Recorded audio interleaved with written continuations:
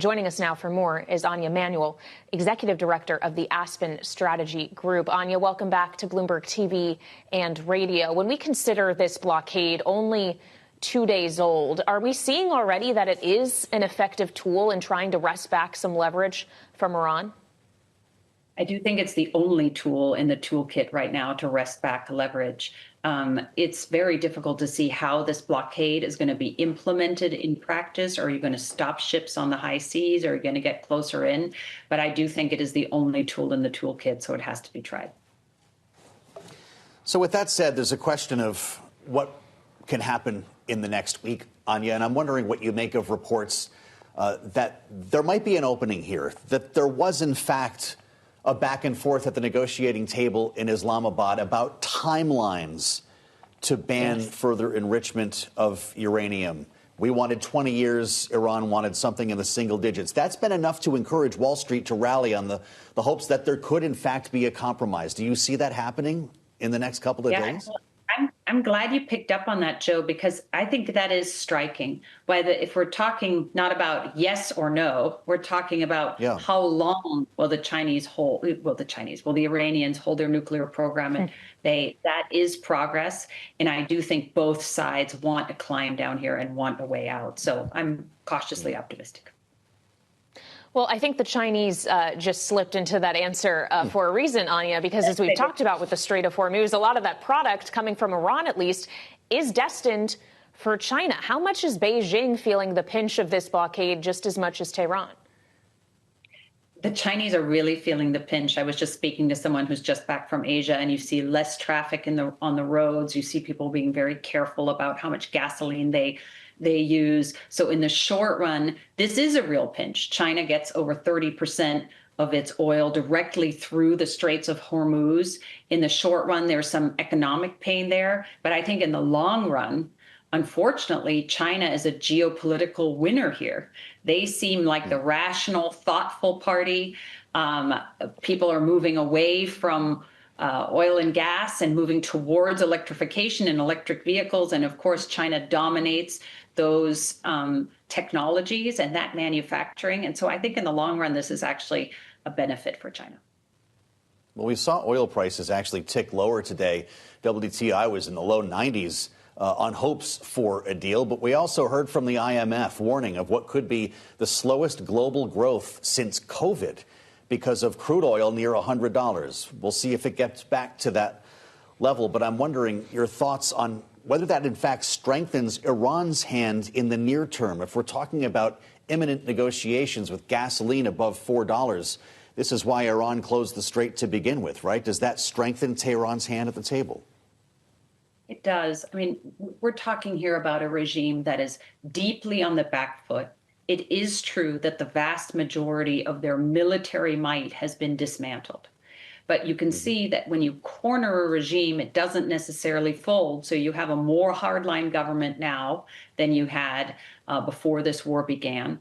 And you don't have someone that's just willing to capitulate. And you don't have a situation like you had in Venezuela, where there's someone with whom the U.S. and the West can deal. So the final chapter has not been written here. Yes, Iran has some cards left to play. They don't have very many cards left to play. But boy, this disruption is real. And I do think it continues for more than the next couple of days or weeks. I think everything you've been showing on the show, Joe, this economic disruption is real and will continue for a while.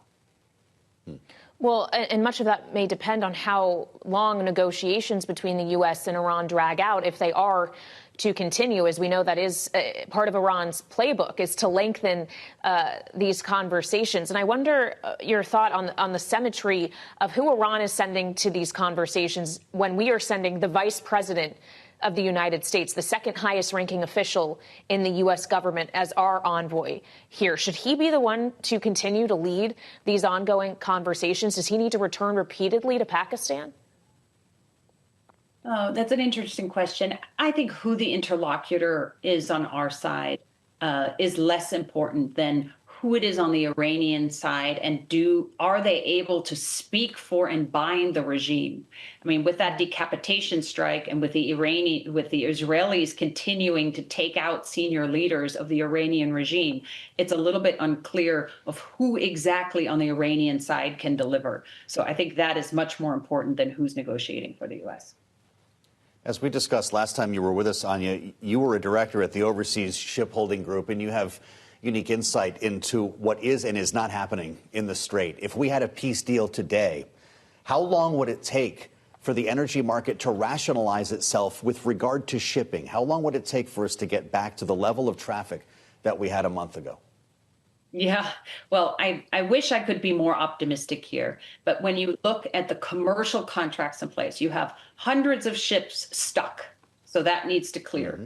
You have for each of those ships a spot market. You have this won't be news to your listeners and viewers. You have insurance rates that are now sky high. And it just takes one ship transiting through to have a fire or have a drone attack for things to grind to a halt again. So I do think we're looking at probably months of shipping disruption here before things get all the way back to normal.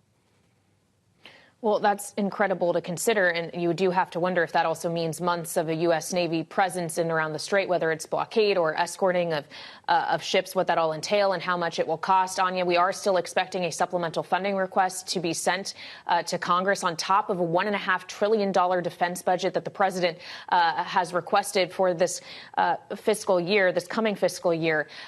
I wonder, when we consider the munitions that we have spent already in the Middle East and the need to replenish those, if you actually see that kind of spending as urgently necessary if we are to be adequately prepared to encounter potential threats of the future, like one that could come from China, for example. Yeah, there's always a joke around the halls of the Pentagon that every war plan that you have for any region uses 150% of all the munitions needed for any other war plan. So yes, we are spending down our munitions. Yes, it is very understandable that the United States and our allies are being a little bit quiet about just how much that spend down is. And of course, we need to replenish. I don't have any way to assess whether $200 billion is the right amount. That strikes me as an enormous request. When you look at the supplementals that were happening when we were in the midst of the Iraq war and the war in Afghanistan, they were kind of 40 billion, 50 billion a year. I'm just not quite sure where they got the 200 billion number. Anja, it's great to talk this out, as always. Anja Manuel, the executive director of the Aspen Strategy Group. We thank you, as always, for being with us. Coming up, Senate Banking Committee is set to hold a confirmation hearing next week for President Trump's pick for the next Fed chair. Yes.